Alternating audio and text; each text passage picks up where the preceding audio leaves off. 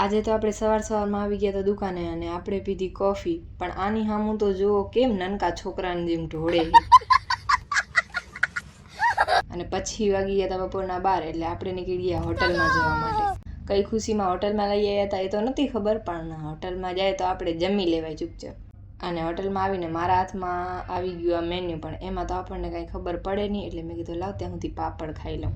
અને મારી બેન તો આ પાપડ ને પીઝા સમજીને જ ખાતી. रुको जरा सबर करो. અને આના હામું તો જુઓ કેવો શરમાઈને ખાય છે.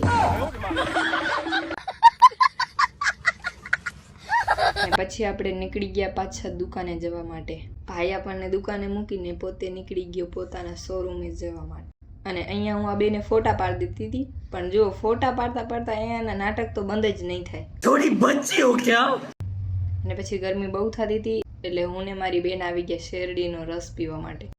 અને સાંજે લાગી હતી આપણને ભૂખ એટલે આપણે આવી ગયા નાસ્તો કરવા માટે. અને આ બેની સામું જો નાસ્તો પોતે કર્યો બધો અને પાછું નામ મારું આપે.